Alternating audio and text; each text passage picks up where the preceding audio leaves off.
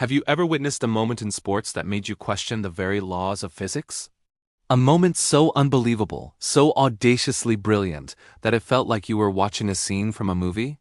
Today we're talking about a man whose entire career was a highlight reel of such moments. A man whose left foot wasn't just a tool of the trade, but a cannon capable of bending reality itself. This is the story of Roberto Carlos, the man with the thunder thighs and a legacy forged in pure power. Our story begins not on the grand stages of Europe, but in the humble surroundings of Garca, São Paulo. From a young age, it was clear Roberto was different. While other kids played football, he seemed to be conducting an experiment with the ball, his small but powerful frame generating astonishing force. He started his journey at União no João, but it was at Palmeiras that Brazil started to take notice. Here was a left back, a defender, who played with the soul of a striker. He would maraud down the flank, his explosive pace leaving a trail of bewildered opponents. His shots were not just shots.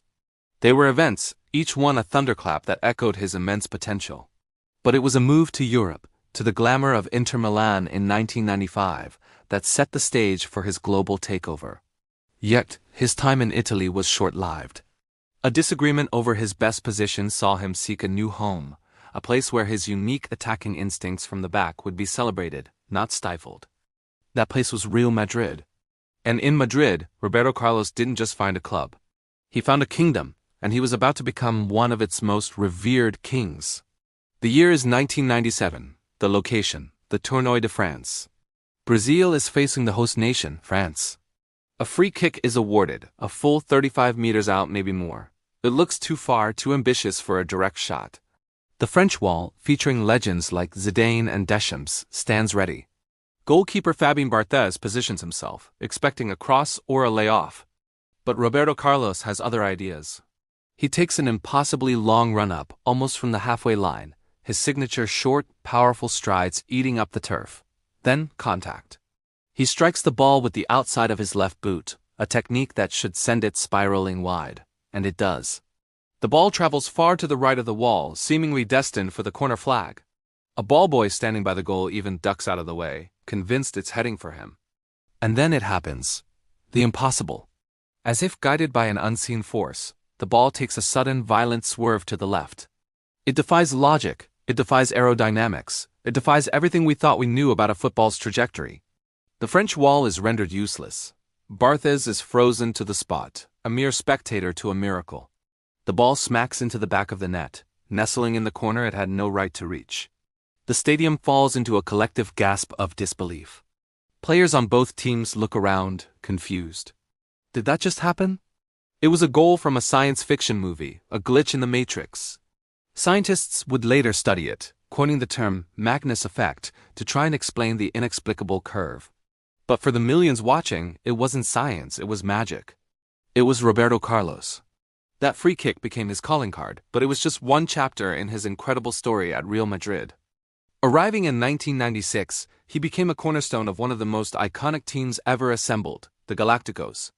Alongside Zidane, Ronaldo, Figo, and Beckham, Roberto Carlos was the engine room, the relentless force of nature on the left flank. He wasn't just a defender, he was an entire wing. His stamina was legendary. For 90 minutes, he would sprint up and down the pitch, delivering bone-crunching tackles one moment and whipping in pinpoint crosses the next. His attacking prowess completely redefined the role of a fullback. Before him, defenders defended. Simple. But Roberto Carlos showed the world that a fullback could be one of the team's most potent attacking weapons. His overlapping runs were a nightmare for opposing teams, creating overloads and stretching defenses to their breaking point. And then there were the goals. Oh, the goals. We all remember the free kicks, but let's not forget the thunderbolts from open play. Like his famous impossible goal against Tenerife, where he scored from a near-zero angle on the byline, lashing the ball into the far top corner with venomous power. It was another moment of pure audacity, a testament to his belief that from anywhere on the pitch, the goal was within his reach. With Real Madrid, he won everything. 4 La Liga titles and, most impressively, 3 UEFA Champions League trophies. Who can forget his contribution in the 2002 final? It was his looping, hopeful cross into the box that found Zinedine Zidane, who then produced one of the greatest volleys in football history. Even in an assist, Roberto Carlos's impact was decisive. For over a decade, that number 3 shirt was his. He made 527 appearances for Los Blancos, a record for a foreign player at the time, scoring 69 goals, an incredible tally for a defender. He wasn't just a player. He was an institution, a symbol of an era of glittering success and breathtaking football. On the international stage, his success was just as immense. A key part of the Brazilian national team for over a decade, he was a world champion. He played in 3 World Cups, lifting the coveted trophy in 2002 with a star-studded squad. Alongside Cafu on the opposite flank, Brazil had the most formidable pair of attacking fullbacks the world had ever seen. They were the perfect embodiment of Joga Bonito, the beautiful game. Their energy, flair, and attacking intent were central to Brazil's philosophy and success. His 125 caps for his country place him among the pantheon of Brazilian greats. But what was the secret behind his power? It all came back to those famous thighs. Measuring an incredible 24 inches in circumference, they were the source of his explosive power. Years of dedicated training and a relentless work ethic built a physique perfectly engineered for his style of play. This power wasn't just for shooting. It fueled his incredible acceleration, his long-distance sprinting, and the sheer force of his tackles. He was a compact, powerful athlete who played with the heart of a lion. After leaving Madrid, he continued his journey, playing in Turkey for Fenerbahce, and even a spell in Russia before a final chapter in India. But his legacy was already sealed. Roberto Carlos wasn't just a great footballer. He was a revolutionary. He changed the perception of what a defender could be. He inspired a generation of fullbacks who wanted to attack, who wanted to score, who wanted to be more than just a part of the backline. Players like Marcelo, who would inherit his number 3 shirt at Real Madrid, followed directly in his footsteps. Today, when we see fullbacks bombing forward, scoring incredible goals, and being a vital part of the attack, we are seeing the legacy of Roberto Carlos in action. He was a pioneer, a force of nature whose impact is still felt in the modern game.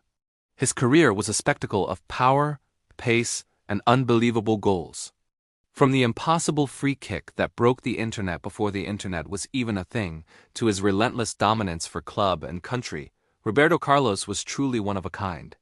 A legend powered by thunder, whose name will forever be synonymous with one of the most powerful left feet to ever grace a football pitch. Thank you so much for joining us on this journey back in time to celebrate the incredible Roberto Carlos. Which of his goals is your favorite? Let me know down in the comments below. If you enjoyed this video, don't forget to hit that like button, subscribe to the channel, and ring the notification bell so you never miss another story from the world of football. Until next time, take care.